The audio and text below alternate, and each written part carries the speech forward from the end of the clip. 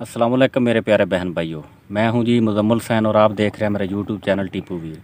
उम्मीद करता हूं कि मेरे तमाम बहन भाई खैरियत से होंगे और अल्लाह ताला से मेरी दुआ है कि अल्लाह पाक मेरे तमाम बहन भाइयों को अपनी हिफ्ज़ व ईमान में रखे। इसी दुआ के साथ ही आज की वीडियो का करते हैं आगाज़। आज फिर मैं मामू जुवेद के पास बैठा हुआ हूँ, क्योंकि कल वाली वीडियो में कुछ बातें जो थी वो मैंने अपलोड नहीं की थी, क्योंकि वीडियो काफ़ी लंबी हो रही थी, तो मैंने ना फिर उसको शार्ट तरीके से ना अपलोड किया था।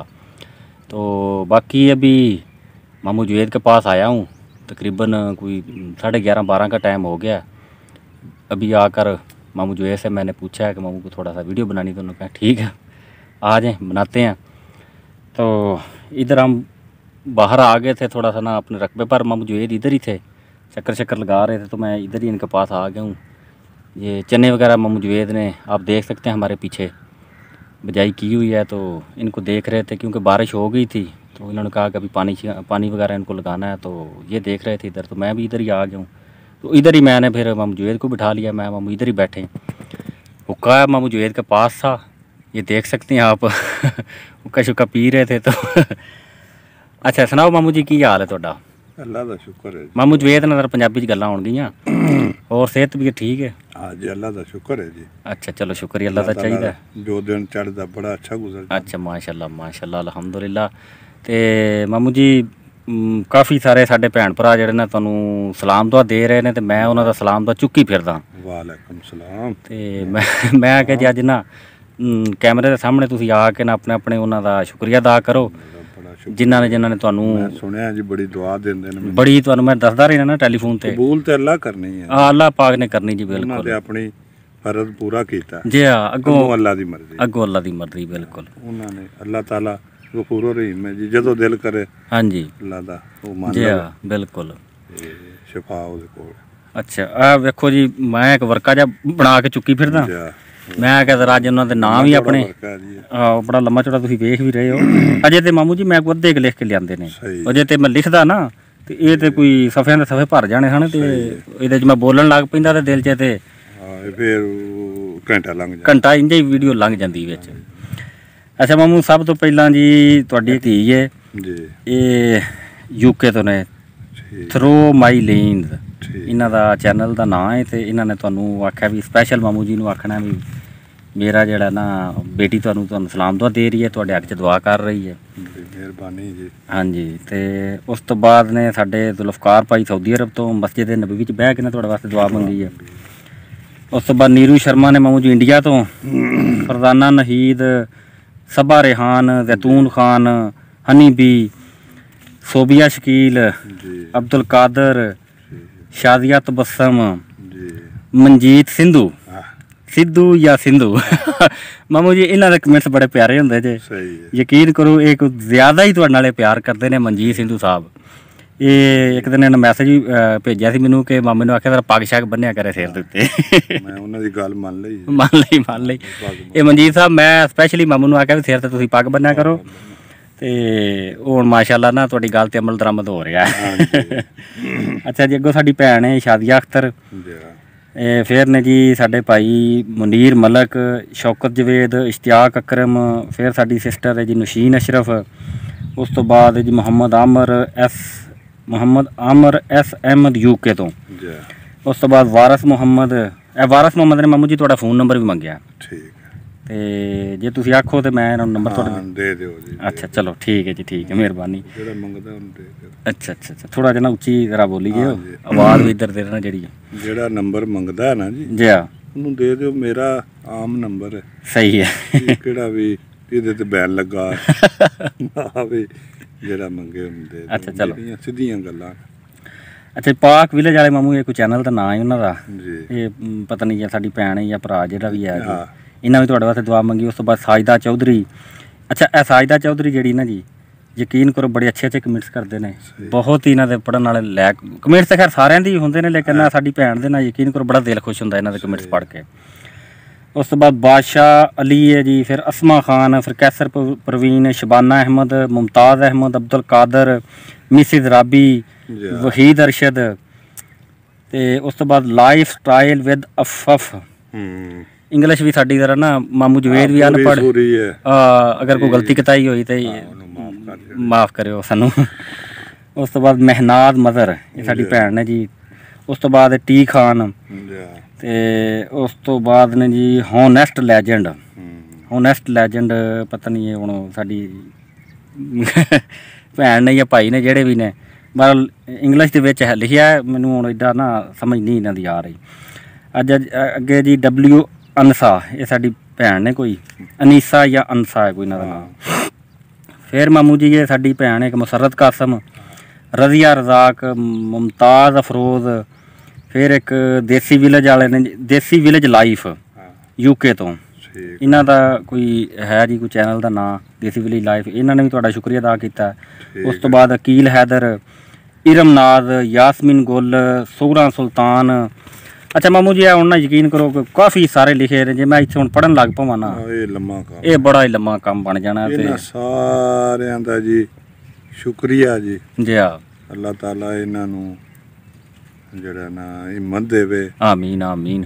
ਅੱਲਾਹ ਤਾਲਾ ਇਹਨਾਂ ਦੀ ਜਿਹੜੀ ਹੈ ਨਾ ਗੱਲ ਦੁਆ ਕੀਤੀ ਨਾ ਤੁਹਾਡੇ ਹੱਕ 'ਚ, ਜਾਂ ਜੀ ਹਾਂ ਜੋ ਵੀ ਇਹਨਾਂ ਨੇ ਕੀਤਾ ਜੀ, ਜੀ ਹਾਂ ਅੱਲਾਹ ਤਾਲਾ ਇਹਨਾਂ ਦੀ ਕਬੂਲ ਕਰੇ। ਆਮੀਨ ਆਮੀਨ।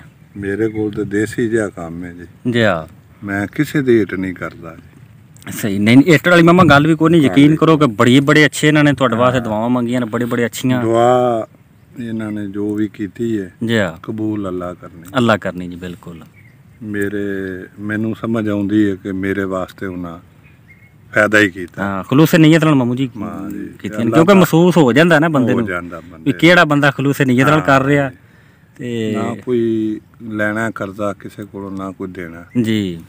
ਇਹਨਾਂ ਨੂੰ ਚੰਗੀ ਲੱਗੀ ਹੈ ਹਾਂਜੀ, ਤੇ ਮੈਂ ਇਹਨਾਂ ਵਾਸਤੇ ਦੁਆ ਮੰਗੀ।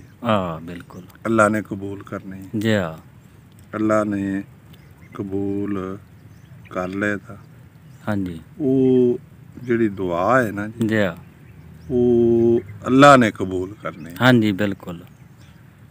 ਮੈਂ ਲੱਖ ਇੱਥੇ ਪਿਆ ਮੰਗਾ ਜੀ, ਹਾਂਜੀ ਮਰਜ਼ੀ ਅੱਲਾ ਦੀ ਬਿਲਕੁਲ ਐਵੇਂ ਗੱਲ ਹੈ ਜੀ। ਰਹਿ ਗਈ ਗੱਲ ਕਿ ਅਸਾਂ ਕਿਸੇ ਮਾਮਲੇ 'ਚ ਕਿਸੇ ਤੇ ਹਿੱਟ ਨਹੀਂ ਕਰਨੀ, ਹਾਂਜੀ ਨਾ ਕਿਸੇ ਦੇ ਖਿਲਾਫ ਜਾਣਾ ਜੀ ਹਾਂ ਬਿਲਕੁਲ। ਅਸੀਂ ਹਰ ਕਿਸੇ ਵਾਸਤੇ ਦੁਆ ਹੀ ਮੰਗਣੀ, ਇਸ ਤਰ੍ਹਾਂ ਹੀ ਗੱਲ ਹੈ, ਕਬੂਲ ਅੱਲਾ ਨੇ ਕਰਨੀ ਜੀ। ਉਹ ਅੱਲਾਹ ਤਾਲਾ ਅਸੀਂ ਦੁਆ ਕਰਨੇ ਅੱਲਾ ਹਰ ਕਿਸੇ ਦੀ ਕਬੂਲ ਕਰੇ, ਆਮੀਨ। ਅੱਛਾ ਮਾਮੂ ਜੀ ਇੱਕ ਨਾ ਸਾਡੇ ਕਾਫੀ ਵਿੱਚ ਭੈਣਾਂ ਤੇ ਭਰਾ ਨਾ ਕੋਈ ਕਮੈਂਟਸ ਵਗੈਰਾ ਪਤਾ ਲੱਗ ਜਾਂਦਾ ਨਾ ਉੱਥੋਂ, ਬੇ ਔਲਾਦ ਨੇ, ਉਹਨਾਂ ਵਾਸਤੇ ਤੁਸੀਂ ਵੀ ਮਰੀਜ਼ ਹੋ, ਮੈਂ ਵੀ ਮਰੀਜ਼ ਬੰਦਾ, ਰਲ ਕੇ ਦੁਆ ਕਰੀਏ ਕਿ ਅੱਲਾਹ ਪਾਕ ਉਹਨਾਂ ਨੂੰ ਇਸ ਨਿਮਤ ਨਾਲ ਨਾ ਔਲਾਦ ਦੀ ਨਿਮਤ ਨਾਲ ਨਵਾਜ਼ ਦੇਵੇ। ਤੁਸੀਂ ਵੀ ਦੁਆ ਕਰੋ ਕਿ ਅੱਲਾਹ ਪਾਕ ਦੀ ਜ਼ਾਤ ਜਿਤਨੇ ਵੀ ਸਾਡੇ ਭੈਣ ਭਰਾ ਬੇ ਔਲਾਦ ਨੇ, ਅੱਲਾਹ ਦੀ ਜ਼ਾਤ ਉਹਨਾਂ ਨੂੰ ਨੇਕ ਤੇ ਸਾਲੇ ਔਲਾਦ ਅਤਾ ਫਰਮਾਏ। ਵੇਖੋ ਜੀ ਔਲਾਦ ਜਿਹੜੀ ਹੈ ਨਾ ਇਹ ਬੜੀ ਨਿਮਤ ਹੈ, ਜੀ ਬਿਲਕੁਲ। ਇਹ ਪੈਸਿਆਂ ਨਾਲ ਨਹੀਂ ਲੱਭਦੀ ਜੀ, ਇਹ ਦੁਆਵਾਂ ਨਾਲ ਹੀ ਆ ਜੀ।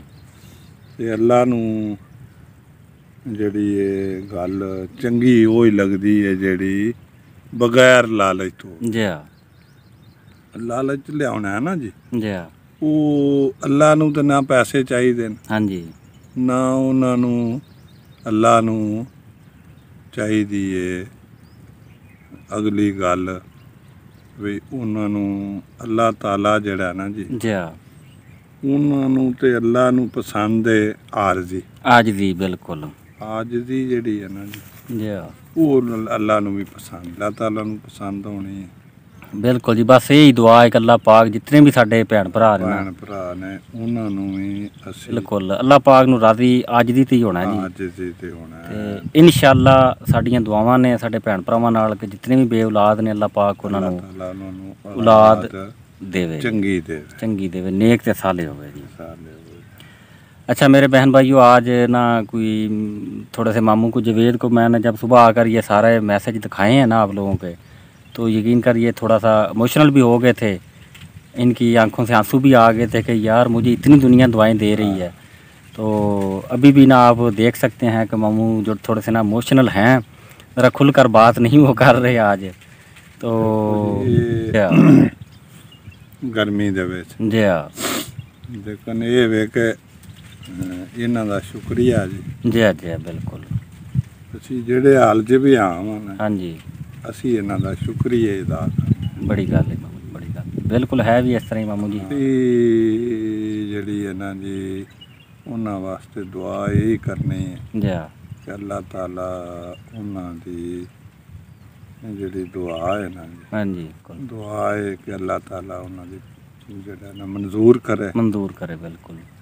लाइक गफूर रहीम। जी हाँ प्यारे बहन भाइयों, वीडियो मैं मामू जवेद के साथ बना रहा था, बातें उनकी सुन रहे थे, तो वीडियो बनाते बनाते ना अचानक उनकी ना तबीयत ख़राब होगी। आप तमाम बहन भाइयों में उनकी बातों से महसूस कर रहे होंगे कि उनकी तबीयत ना काफ़ी अपसेट हो गई थी। तो पहले तो वो खैर ठीक रही हैं वीडियो के शुरू से, जब थोड़ा सा आगे गए हैं कुछ बातें उन्होंने ऐसी की हैं तो मुझे महसूस हुआ कि मामू जवेद की भी तबीयत नहीं ठीक है। तो मैंने फिर जल्दी जल्दी वीडियो को उधर ही स्टॉप किया और उनको लेकर ना जल्दी जल्दी उधर घर में आया हूँ। घर में उनके ना वो थी शुगर वाली स्टिक पड़ी हुई, क्योंकि मुझे मालूम हो गया था कि मामू जवेद की ना शुगर वगैरह कोई इस तरह जब उनको होता है तो उनकी शुगर ही लो होती है। तो जब वो चेक किया गया मशीन पर तो वो तकरीबन 40 या 39 पर खड़ी हुई थी। तो खैर जल्दी जल्दी उनको गाड़ी में डाला और हॉस्पिटल ले गए। तो उन्होंने ना फिर वो उनका ट्रीटमेंट कर दिया जल्दी जल्दी। तो अभी तकरीबन शाम का टाइम हो गया, मैं फिर मामू जवेद को वापस इधर घर ले, उनके बेटे भी थे मेरे साथ, तो वापस ले आए घर में। अभी अल्हम्दुलिल्लाह वो ठीक हैं। तो फिर मैंने मुनासिब नहीं समझा कि अभी मैं दोबारा उनको कैमरे के सामने बिठाऊँ। तो इंशाल्लाह जो बातें रह गई हैं वो मैं कोशिश करूँगा कि 1-2 दिन तक ना जब उनकी तबीयत ने को साथ दिया तो वो दोबारा बनाने की मैं कोशिश करूँगा इंशाल्लाह। और दुआ करें कि अल्लाह पाक मामू जवेद को सेहत व तंदुरुस्ती अता फरमाए। तो इसी के साथ ही फिर आज की वीडियो को मैं इधर ही एंड करता हूँ। उम्मीद है कि मेरी आज की वीडियो आप तमाम बहन भाइयों को पसंद आएगी।